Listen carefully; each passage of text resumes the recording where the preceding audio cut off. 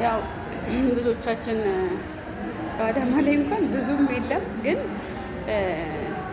እኔ ከማንም በላይ እኛ ወሳኝነት አለን እላለሁ። ነግሬያቸዋለሁ። የሴቷ ልጄ በጣም ነበር እንግሊዝኛ የምታወራው። ወደ አማርኛ ለማምጣት ወደ ኮሚኒኬሽን ወደ ሶሻል ላይፍ ለማምጣት ያው ቤተል ኦቲዝም ሴንተር ወደ 8 ወር ትሪት ተደርጋለች። በዛች በ8 ወር ውስጥ ግን ይሰጡኝ የነበሩትን አሳይመንቶች በጣም እሰራ ነበርና የኔ ደግሞ ሁለትም ስለሆኑ ትንሽ ይከብዳል። አንደኛው ላይ ጉልበታችሁን ጭርስ ታደርጉና ሁለተኛው ላይ እንደገና ደግሞ የኑሮ ቻሌንጅ አለ። ታውቁታላችሁ። ትላንትና የነበረና ዛሬ የነበረ ነገር እኩል አይደለምና ሩጫው አለ። ያው በዛ ሁሉ ነገር ውስጥ ግን ከመሞከር ወደ ኋላ አልልም።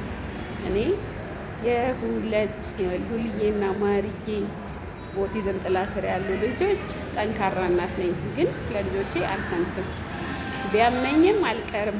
እንግዲህ ሙሉ ቀን ተኝቼ ነው ያልኩት። አመመኝ ብዬ ግን ቴራፒም አላስቀረውትም፣ ሴንተርም አላስቀረውትም። ይሄ የኔ ግዴታ ነው። እግዚአብሔር የሚሰጠን ስለምንችል ነው።